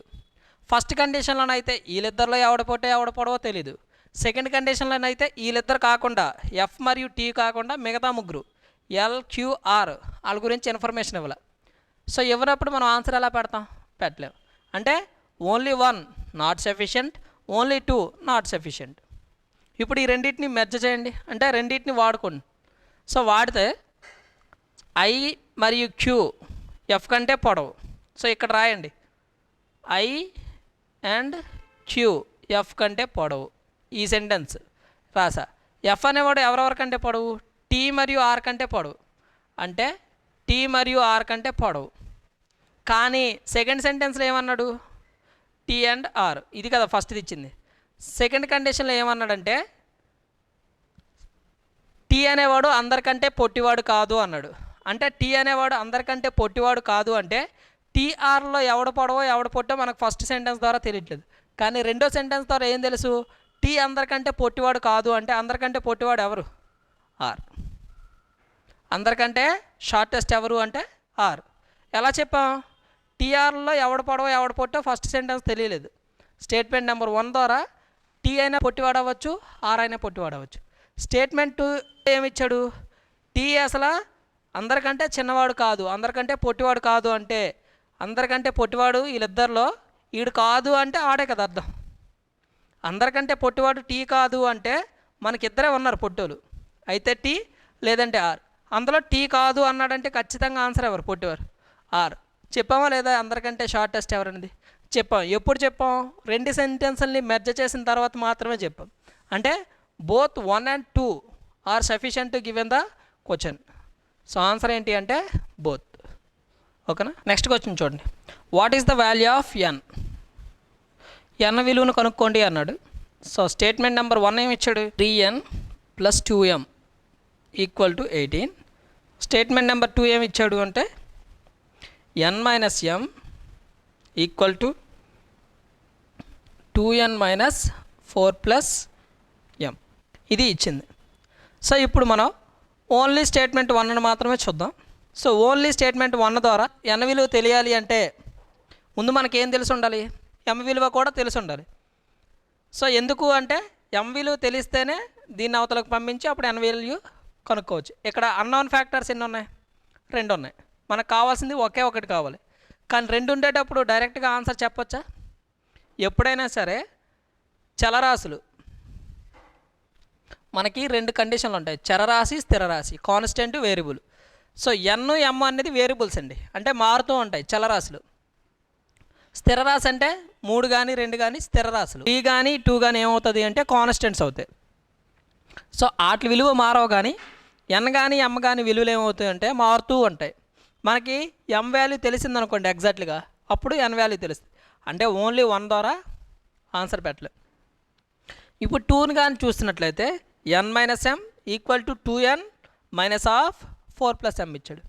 సో ఒకసారి దీన్ని సాల్వ్ చేసి చూద్దాం. N minus M equal to 2n minus 4 minus M. So equal to యువతలకి ఈక్వల్ టు అవతల మైనస్ ఎమ్లు ఉన్నాయి కాబట్టి క్యాన్సిల్ అయిపోతాయి. సో ఏం మిగిలింది? N equal to 2n minus 4, 2n minus 4. So N అవతలకు పట్టుకెళ్ళండి, 4ని యువతలకు తీసుకొచ్చింది. So 2n minus N equal to 4. అప్పుడు ఎన్ ఈక్వల్ టు ఏమొస్తుంది? 4 వస్తుంది. సో ఎన్ వాల్యూ వచ్చిందా రాలేదా? ఎప్పుడు వచ్చింది?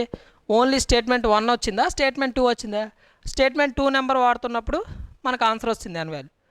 సో ఆన్సర్ ఏంటి అంటే 2 alone is sufficient to given the question. ఓకేనండి. సో నెక్స్ట్ క్వశ్చన్ చూడండి. If X and Y are both positive integers then how much greater is X than Y? How much greater than is X than Y? So ఏమన్నాడు? X మరియు వైలు 2 ధనాత్మక సంఖ్యలు అయినా X Y కంటే ఎంత పెద్దది అని అడిగాడు. సో ఫస్ట్ కండిషన్ ఏమి ఇచ్చాడు? Statement number 1 X plus Y equal to 20 ఇచ్చాడు. Statement number 2 X equal to Y square అని ఇచ్చాడు. సో ఫస్ట్ కండిషన్ ఏమో X plus Y equal to 20, second condition ఏమో X is equal to Y square. ఎప్పుడైనా 2 unknown factors ఉండేటప్పుడు, అంటే 2 తెలియనప్పుడు మనం సాధించవచ్చా? కరెక్ట్గా ఎగ్జాక్ట్గా ఆన్సర్ చెప్పొచ్చా అంటే చెప్పలేం. ఎందుకు? ఎక్స్ అన్నది పెద్దది అన్నాడు కాబట్టి ఎక్స్ అనేది వై కంటే పెద్దది. ఎందుకు? మనకు చెప్పేశాడు ముందు. ఎక్స్ అనేది వై కంటే ఎంత పెద్దది అడిగాడంటే ఖచ్చితంగా పెద్దదే. పోనీ ఎక్స్ వాల్యూ 11 తీసుకున్నాం అనుకో, వై వాల్యూ 9 అవుతుంది. పోనీ ఎక్స్ వాల్యూ 12 తీసుకున్నాం అనుకో, వై వాల్యూ 8 అవుతుంది. పోనీ ఎక్స్ వాల్యూ 13 తీసుకున్నాం అనుకో, వై వాల్యూ 7 అవుతుంది. ఎక్స్ వాల్యూ 16 తీసుకుంటే వై వాల్యూ 4. అంటే ఇక్కడ ఎన్ని వస్తాయి? చాలా ఆన్సర్లు. ఎన్ని ఆన్సర్లు వస్తాయి అంటే చాలా ఆన్సర్లు వస్తాయి. దేనికి ఏది ఆన్సర్ అనేది ఎగ్జాక్ట్గా చెప్పలేం. పోనీ ఇక్కడ కానీ తీసుకున్నట్లయితే X equal to Y square అని అర్థమైంది. So X equal to for suppose నేను 9 అనుకున్నాను అనుకోండి, అప్పుడు వై స్క్వేర్ ఎంత? సో వై స్క్వేర్ 9 అవ్వాలి అంటే వై విలువ ఎంత వస్తుంది అంటే 3 వస్తుంది. ఎక్స్ ఏమో నేను 9 అనుకున్నాను అనుకోండి, అప్పుడు వై విలువ ఎంత?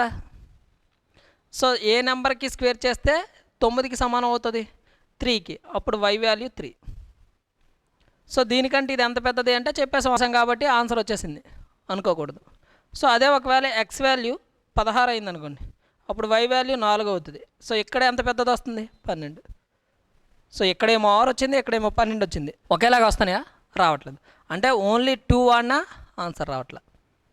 ఓన్లీ 1 ద్వారా ఆన్సర్ రావట్లేదు, ఓన్లీ 2 ద్వారా కూడా ఆన్సర్ రావట్లేదు. అప్పుడు ఏం చేస్తాం? ఈ రెండింటిని కలపండి.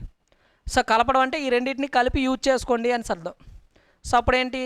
ఎక్స్కి బదులుగా వై స్క్వేర్ తీసుకోవాలి. So Y square plus Y equal to 20. నేను వై కానీ కామన్ తీసాను అనుకోండి, so Y plus 1 equal to 20. వైకి బదులుగా 4, వై ప్లస్ 1కి బదులుగా 4 ప్లస్ 1 5. సరిపోయిందా? Equal to 20. అంతేనా? సో ఇక్కడ వై వాల్యూ ఎంత ఎగ్జాక్ట్లీగా? 4. అంతేనా? సో వై వాల్యూ నీకు తెలిసిందంటే ఆటోమేటిక్గా ఎక్స్ వాల్యూ ఎంత వస్తుంది? Y square equal to X కదా. సో అప్పుడు Y square equal to X. Y square అంటే 4 స్క్వేర్ ఈక్వల్ టు ఎక్స్, అంటే X equal to 16. So X Y కంటే ఎంత పెద్దది అంటే 4 కంటే 16 ఎంత పెద్దది? 12 పెద్దది. 4 కంటే 16 ఎంత ఎక్కువ అంటే 12 ఎక్కువ. ఆన్సర్ చేసామా లేదా? సో చేసాం. ఎప్పుడు చేసాం? ఈ 2 సెంటెన్స్లు వాడినప్పుడు చేసాం. కానీ మనకి ఇదంతా అవసరం లేదు. ఆ రెండింటిని కలిపితే ఆన్సర్ చేయగలుగుతున్నావా లేదా? ఇక్కడ చూడండి, వై ఈక్వల్ టు 4 వచ్చిందంటే ఆటోమేటిక్గా ఎక్స్ వాల్యూ కూడా వచ్చేస్తుంది. సో నీకు లాస్ట్ దాకా తీసుకెళ్ళాం అసలు ఆన్సర్ని. ఎందుకు? వాడు అడిగింది ఏంటి?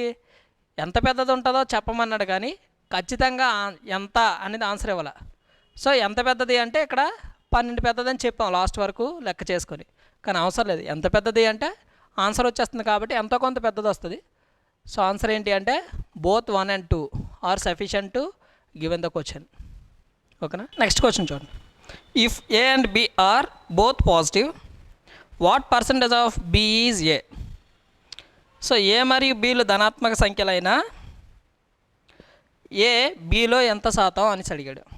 So first condition statement number 1 A equal to 3/11. Statement number 2 1 2 అంటే statement number 1 statement number 2. So b/a equal to 20.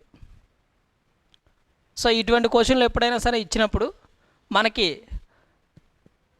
ఏ అనేది బిలో ఎంత శాతం అని అడిగాడు అంటే ఏ మరియు బి రెండు వాల్యూలు ఇచ్చింది అవుతుంది.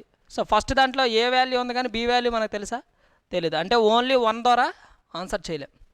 2లో a ఈక్వల్ టు 20. సో మనకి అడిగింది ఏంటి? ఏ అనేది బిలో ఎంత శాతం, at what percentage of B is A, at what percentage of B is A అంటే బిలో ఏ ఎంత శాతం అన్నాడు. సో ఎప్పుడైనా సరే మనకి ఇలాగ వచ్చినప్పుడు సో ఏం చేస్తాం? బి ఈక్వల్ టు 20 అని రాస్తాం. 20 ఏ. సో బి వాల్యూ తెలుసు, సో ఏ వాల్యూ కూడా మనకు తెలిసిపోద్ది ఈజీగా. ఎలా? అప్పుడు ఏ ఈక్వల్ టు ఏంటి? b/20. సో మనకు అడిగింది ఏంటి? ఏ బిలో ఎంత శాతం, ఏ బిలో ఎంత శాతం అంటే a/b ఇంటూ 100. సో ఏకి బదులుగా ఎంత రాస్తాం? b/20 రాస్తాం. బీకి బదులుగా 20, బీకి బదులుగా బీనే రాయండి, బి ఇంటూ 100 అంతేనా? సో అప్పుడు బీకి క్యాన్సిల్ అయిపోయి 1/20 ఇంటూ 100. సో 21 జా 25 జా ఆన్సర్ వచ్చిందా రాలేదు? ఎంత శాతం? 5%. సో ఎక్కడొచ్చింది? Only 2. Statement 2 is sufficient to given the question. అంటే 2 వల్ల కేవలం 2ను మాత్రమే యూజ్ చేసినప్పుడు మనకి ఎంత శాతం అని తెలిసింది? 5% అని తెలిసింది. సో ఆన్సర్ వచ్చిందా రాలేదా? వచ్చేసింది. So only 2 is the sufficient to given the question. Next question చూడండి. What is the difference in the ages of P and K? P మరియు కే వయసుల మధ్య భేదాన్ని కనుక్కోండి అన్నాడు. సో ఫస్ట్ స్టేట్మెంట్ ఏమి ఇచ్చాడు? Statement number 1 P is 20 years older than M. P కన్నా ఎం 20 సంవత్సరాలు పెద్దవాడు. ఎం కన్నా పి 20 సంవత్సరాలు పెద్ద అంటే పిలో నుంచి ఎమ్మని తీసేస్తే 20 సంవత్సరాలు వస్తుంది. సో సెకండ్ స్టేట్మెంట్ ఏమన్నాడు? M is 2 years younger than Z. Z కన్నా ఎం 2 సంవత్సరాలు చిన్న. M is 2 years younger than Z. Z కన్నా ఎం 2 సంవత్సరాలు చిన్న అంటే జెడ్లో నుంచి ఎమ్మని తీసేస్తే 2 సంవత్సరాలు వస్తుంది. సో మనకు ఆడ అడిగింది ఏంటి అసలు? కేకి పీకి రిలేషన్ అడిగాడు. ఎక్కడైనా కేపీ ఉన్నాయా కామన్గా? ఇక్కడ కే లేదు, ఇక్కడ కే లేదు, అసలు ఇక్కడ పీ కూడా లేదు. సో లేనప్పుడు ఈ రెండింటిని కలిపిన ఆన్సర్ రాదు, విడివిడిగా సరే ఆన్సర్ రాదు. సో ఆన్సర్ ఏంటి అంటే నేదర్ 1 or 2 follows. ఇటువంటి క్వశ్చన్లు ఇచ్చినప్పుడు డెడ్ ఈజీ అండి. ఎందుకు? మనకు అడిగిన రిలేషన్ ఎవరిది? కేది పీది. ఇక్కడ కేపీ లేరు, ఇక్కడ కూడా కేపీ లేరు. రెండిట్లంటా మనకు కావాల్సిన లేనప్పుడు ఆన్సర్ ఎలా పెడతాం? నువ్వు చెప్పిన ఇన్ఫర్మేషన్లో వాళ్ళిద్దరూ లేనప్పుడు వాళ్ళిద్దరి గురించి ఆన్సర్ నువ్వు ఎలా చెప్పగలవు? ఈడికంటే ఇంత పెద్ద, ఆడికంటే ఇంత చిన్న అనేసి చెప్పలేం కదా. ఎంత పెద్దో ఎంత చిన్నో చెప్పలేము. ఎందుకు? వాళ్ళిద్దరు ఇన్ఫర్మేషన్ ఇస్తేనే చెప్పగలం. వాళ్ళిద్దరు ఇన్ఫర్మేషన్ ఇవ్వనప్పుడు మనం ఎలా చెప్పగలం? సో చెప్పలేం. ఆన్సర్ ఏంటి అంటే నైదర్ 1 or 2 follows. ఓకేనా. నెక్స్ట్ క్వశ్చన్ చూడండి. Satish, Anoop and Sandeep salary is in the ratio 4:5:7. 4:5:7. ఎవరెవరిది? సతీష్ది, సతీష్, ఆనంద్, అనూప్, సందీప్. సందీప్ది, సతీష్ది, అనూప్ది. So 4:5:7. How much is Anoop salary? Anoop యొక్క శాలరీ ఎంత అని అడిగాడు. సో అనూప్ యొక్క శాలరీ ఎంత అని అడిగాడు. How much Anoop salary. Statement number 1 ఏమి ఇచ్చాడో చూడండి. The difference between Anoop and Sandeep salary is double that of Satish and Anoop. అంటే అనూప్ మరియు సందీప్ యొక్క శాలరీ సతీష్ మరియు అనూప్ శాలరీకి రెట్టింపు అన్నాడు. సో ఫస్ట్ ఏమన్నాడు, అనూప్ మరియు సందీప్ శాలరీ సతీష్ మరియు అనూప్ శాలరీకి రెట్టింపు అన్నాడు. సో ఈ స్టేట్మెంట్ ద్వారా మనం అనూప్ యొక్క శాలరీ చెప్పచ్చా? ఎందుకు ఇక్కడ ఎవరిదైనా కనీసం శాలరీలు చెప్పాడేంటి? పోను నీకు తెలిసిన రేషియో వాడావనుకో, అనూప్ది ఎంత 5x అనుకో, సందీప్ది ఎంత 7x equal to 2 into Satish 4x plus Anoop 5x. ఇలా వస్తుంది కానీ ఖచ్చితంగా ఇతని శాలరీ ఇంత అని చెప్పగలమా? ఎక్స్ వాల్యూలు వస్తాయి అసలు? యువతలుగా ఎక్స్ కామన్ తీస్తే అవతల ఎక్స్ కామన్ తీస్తే ఎక్స్ క్యాన్సిల్ అయిపోతుంది. క్యాన్సిల్ అయిపోతే మనం ఎలా చెప్పగలం ఆన్సర్? చెప్పలేం. సో 2 చూడండి. Anoop gets 4,000 less than Sandeep. Anoop gets 4,000 less than Sandeep. Sandeep కన్నా అనూప్ 4,000 తక్కువ తీసుకుంటున్నాడంట. సో సందీప్ అంటే ఎన్ని పార్ట్లు? 7 పార్ట్స్. అనూప్ అంటే ఎన్ని పార్ట్స్? 5 పార్ట్స్.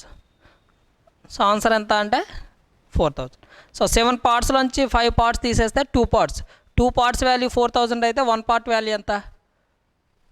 సింపుల్గా ఈ రెండింటికి మధ్య డిఫరెన్స్ 2 పార్ట్స్. 2 పార్ట్స్ వాల్యూ అటు 4,000 అన్నాడు. 1 పార్ట్ ఎంత? 2,000.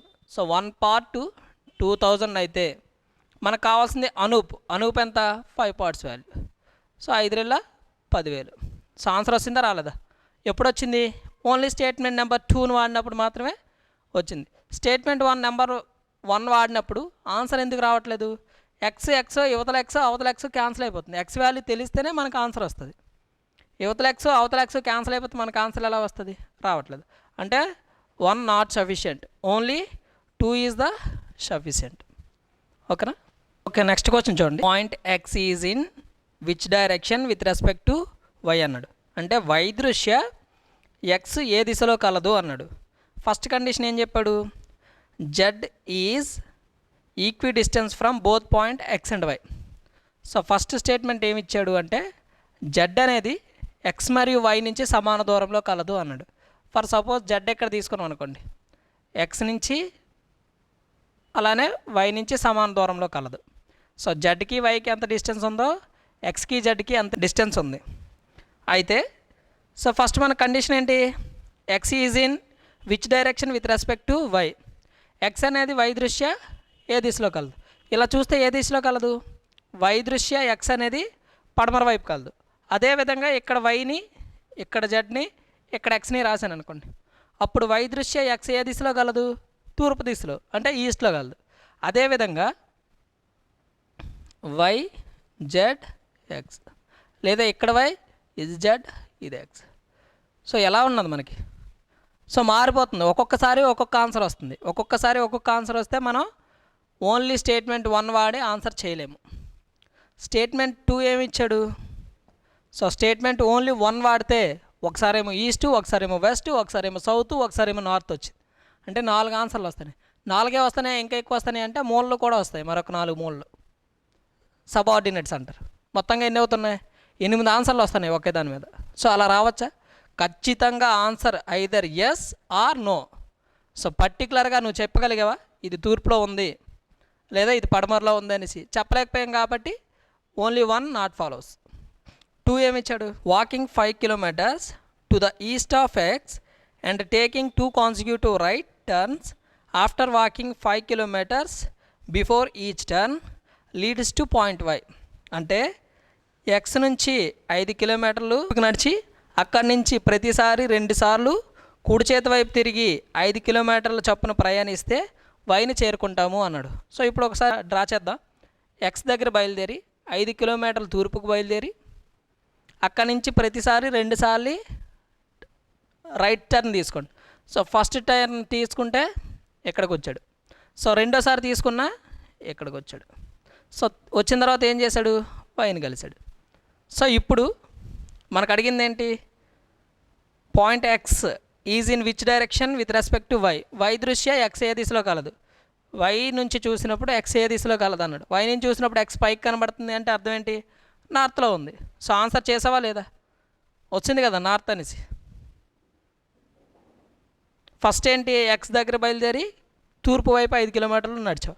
నడుచుకున్న తర్వాత ఒకసారి రైట్కి తిరిగావు, మళ్ళీ ఇంకోసారి రైట్కి తిరిగి ప్రతిసారి 5 కిలోమీటర్లే నడిచావు.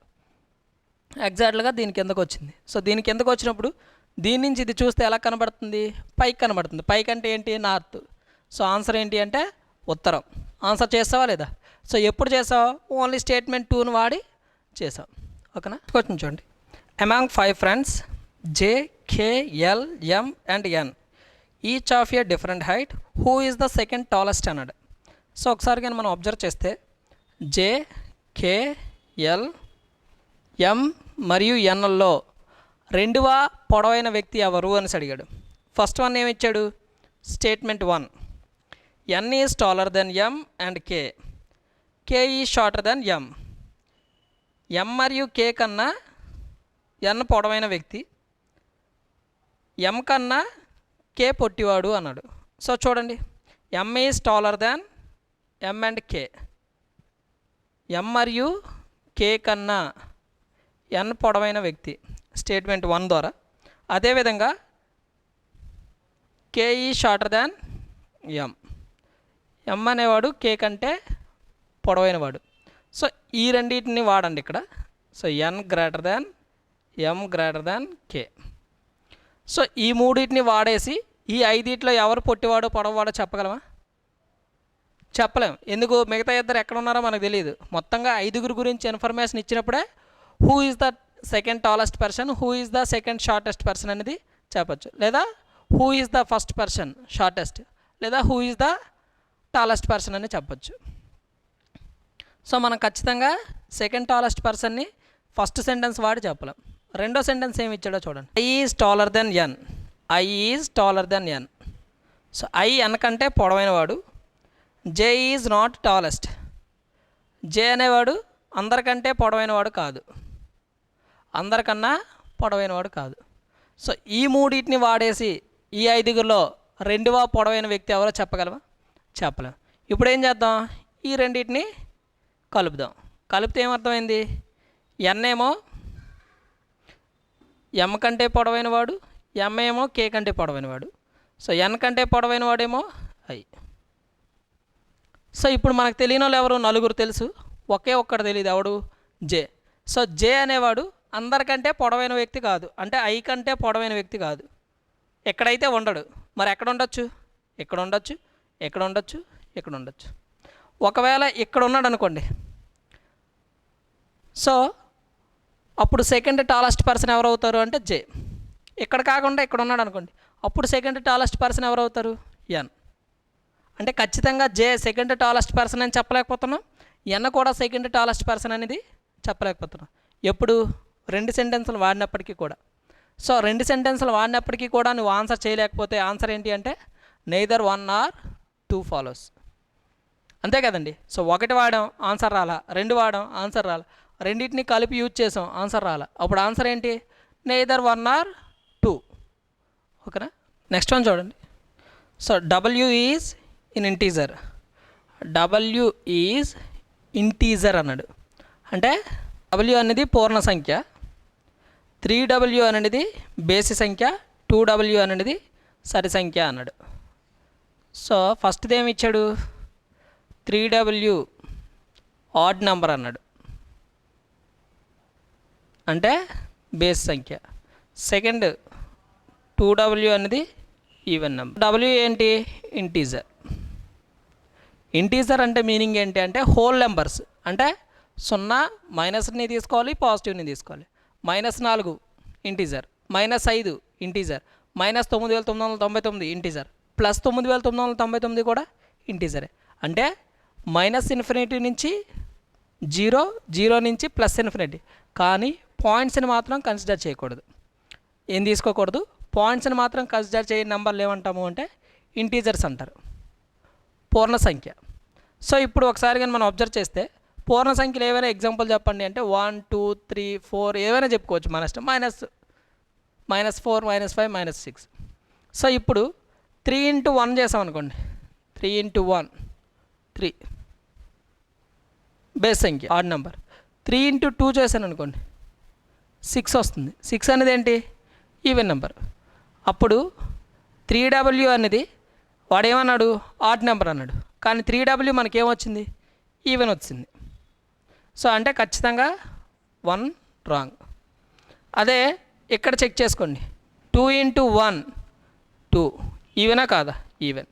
2 × 2 4 ఈవెన్. 2 × 3 6 ఈవెన్. అంటే ఇక్కడ ఏమొస్తుంది? డబ్ల్యూకి బదులుగా నువ్వు ఏ నెంబర్ తీసుకున్నా దాన్ని 2తో మల్టిప్లై చేస్తానంటే ఆటోమేటిక్గా అది ఈవెన్ నెంబర్, అంతేనా? సో ఆన్సర్ ఏంటి అంటే ఓన్లీ 2 alone ఈజ్ సఫిషియంట్. ఎందుకు? 2 ద్వారా నీకు అర్థమైపోతుంది కదా, నువ్వు డబ్ల్యూ ఏం తీసుకున్నా సరే 2 ద్వారా ఈవెన్ నెంబర్ వచ్చేస్తుంది. అదే మొదటిది ఎందుకు కాలేదు అంటే డబ్ల్యూకి బదులుగా నువ్వేం తీసుకున్నా ఆడ్ నెంబర్ వస్తుందా? రావట్లా.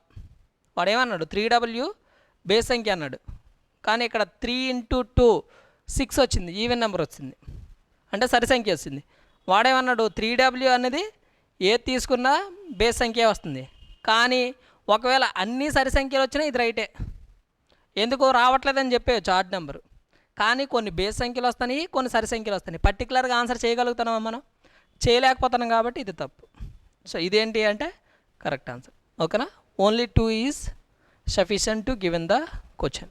Next question, who among M, T, K, J and R is the shortest one?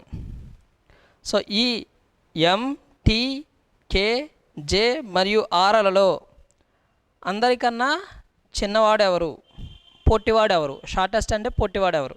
So first condition ఏం చెప్పాడో చూడండి, statement number 1. So T is taller than J and R.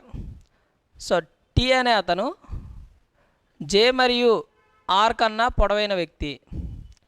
So T is taller than J and R. So J మరియు R కన్నా T పొడవైన వ్యక్తి అన్నాడు.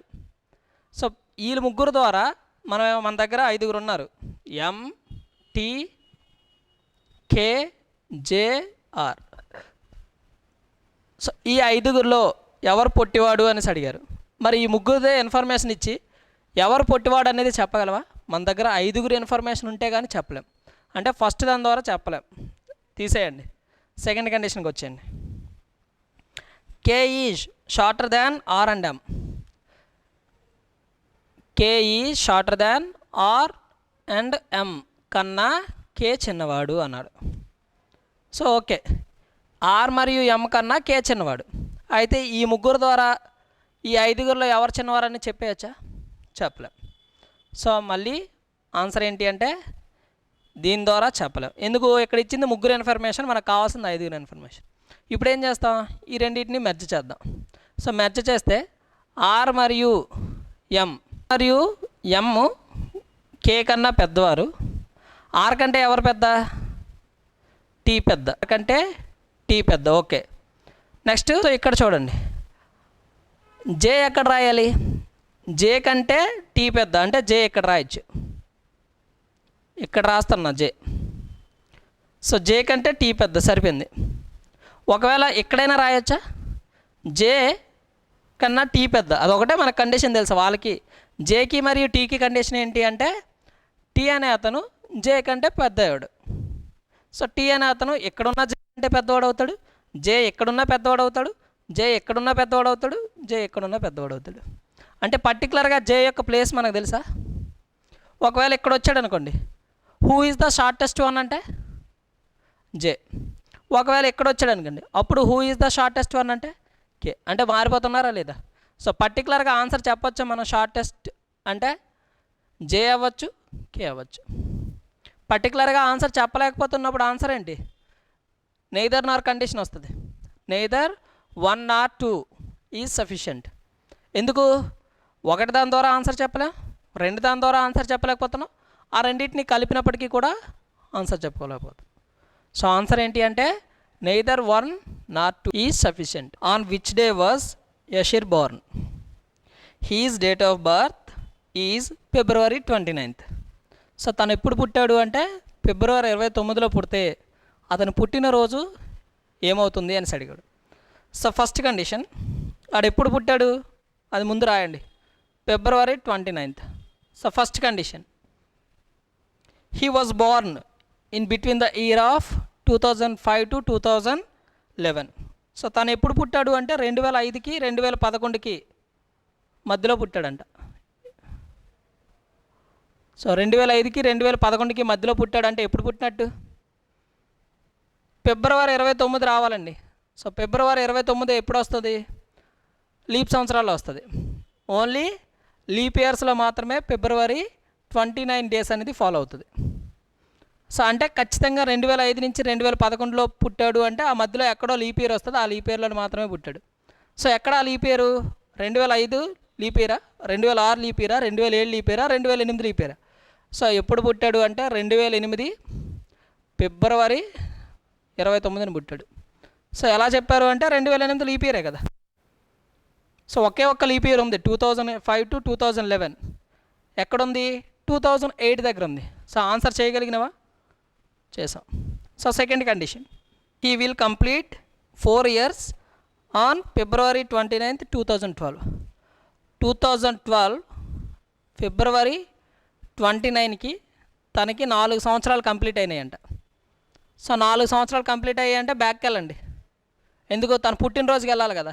తను ఏ సంవత్సరంలో పుట్టాడని తెలియాలంటే 4 సంవత్సరాలు బ్యాక్కి వెళ్తే 2008 February 29న తను జన్మించాడు. So he was Born on 2008 February 29. So answer ఏంటి చెప్పగలిగినావా లేదా? 2008 February 29 అని చెప్పాం. అంటే 1 ద్వారా ఆన్సర్ చేయగలిగాం, 2 ద్వారా కూడా ఆన్సర్ చేయగలిగాము. అంటే ఆన్సర్ ఏంటి? Either 1 or 2 follows. Either condition అండి, ఎయిదర్ ఆర్. సో ఒకటి దాని ద్వారా అయినా ఆన్సర్ వచ్చేసింది, రెండో దాని ద్వారా అయినా సరే ఆన్సర్ వచ్చింది. ఓకేనా? నెక్స్ట్ క్వశ్చన్ చూడండి. So how many sisters does P have? పీకి ఎంతమంది సోదరీలు కలరు లేదా సోదరీమణులు కలరు అన్నారు. అంటే సిస్టర్స్ ఎంతమంది కలరు పీకి? ఫస్ట్ ఏమన్నాడు? T and V are only sisters of D. T మరియు వీలు డి యొక్క సోదరీలు. D is the brother of P. So ఒకసారి ఫస్ట్ కండిషన్ ఏంటి? Statement 1 only sisters of D. So D యొక్క సిస్టర్స్ ఎవరు అంటే టీ మరియు సిస్టర్స్ అంటే మైనస్ కదండి, వి. Only sisters. ఇక్కడ ఓన్లీ అనే పదం వాడకపోతే మళ్ళీ అర్థం ఉండదు. కానీ మనకు కావాల్సింది ఏంటి? పీకి ఎంతమంది సిస్టర్స్ కలరు అన్నారు. ఇక్కడ అసలు పీని ఉందా? లేదు. లేదు కాబట్టి ఖచ్చితంగా ఫస్ట్ ఆప్షన్ వాడి ఆన్సర్ చేయగలమా? స్టేట్మెంట్ 1 వాడి ఆన్సర్ చేయొచ్చా అంటే పీకి ఎంతమంది సోదరీలు కలరు అన్నారు. How many sisters have P? So ఎంతమంది చెప్పలే. స్టేట్మెంట్ నెంబర్ 2 ఏమన్నాడు? D is the brother of P. P యొక్క సోదరుడు డి. పీ యొక్క సోదరుడు డి, కానీ పీకి ఎంతమంది సిస్టర్స్ అనేది చెప్పచ్చా? చెప్పలే. ఇప్పుడు ఏం చేస్తాం? ఈ రెండింటిని కలపండి. ఫస్ట్ దాని ద్వారా చెప్పలేం, రెండో దాని ద్వారా చెప్పలేకపోయాం కాబట్టి ఇప్పుడు ఈ రెండింటిని కలిపాను అనుకోండి. సో పీ యొక్క సోదరుడు డి, డి యొక్క సోదరి టీ మరియు వి. కానీ ఒక కండిషన్ అన్నాడు, కేవలం డీకి టీ మరియు వీలు మాత్రమే సోదరీలు అంటే ఖచ్చితంగా ఈ పి అనేవాడు మరి ఫీమేల్ కాడు. ఎందుకు? డీకి కేవలం టీ మరియు వి మాత్రమే సోదరీలు అంటే సిస్టర్స్, ఇంకెవరు వచ్చినా మరి సిస్టర్స్ ఉండరు. కానీ పీకి డీకి రిలేషన్ ఏంటి? బ్రదర్ రిలేషన్ అవ్వచ్చు, సిస్టర్ అండ్ బ్రదర్ రిలేషన్ అవ్వచ్చు. కానీ డీకి ఏం చెప్పాడు? డీకి ఆల్రెడీ 2 సిస్టర్స్ ఉన్నారు, అలా అయిపోయినారు. మరి సిస్టర్స్ డీకి లేరు అంటే ఖచ్చితంగా తిని బ్రదర్. ఇప్పుడేంటి? పీకి ఎంతమంది సిస్టర్స్ అంటే 2. ఎవరెవరు? T V. So only 2 members అని చెప్పగలిగినావా లేదా? సో ఎప్పుడు చెప్పాం? ఆ 2 కండిషన్లు వాడిన తర్వాత చెప్పాం కాబట్టి both 1 and 2 are sufficient. Both 1 and 2 are sufficient అనేది మనకు కావాల్సిన సమాధానం అవుతుంది. ఓకేనండి, ఇది పేపర్ 1. సో ఫస్ట్ ఏంటి మనకి తెలియాల్సింది అంటే కాన్సెప్ట్, మొత్తం క్యాలిక్యులేషన్ అనేది మనకు అవసరంలా. ఆన్సర్ ఫస్ట్ దాని ద్వారా చేయగలుగుతున్నావా, సెకండ్ దాని ద్వారా చేయగలుగుతున్నావా, రెండింటిని యూజ్ చేసినప్పుడు కలిపి యూజ్ చేసినప్పుడు చేయగలుగుతున్నావా, అసలు రెండింటిని కలిపి యూజ్ చేసినప్పటికీ కూడా ఆన్సర్ చేయలేకపోతున్నాం అనేది మనకి దీనికి సంబంధించిన basic and most one of the important. ఓకేనండి. సో ఇది ఫస్ట్ పేపర్. రెండో పేపర్లో మళ్ళీ కలుద్దాం. Thank you for watching.